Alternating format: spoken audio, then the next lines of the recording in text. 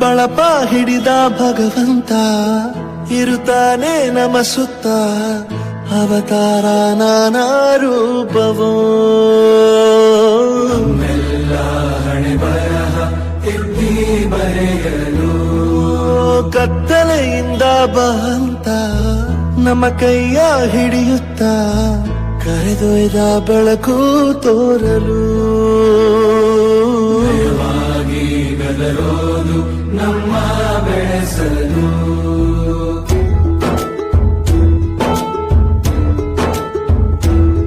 ಭಾಷೆ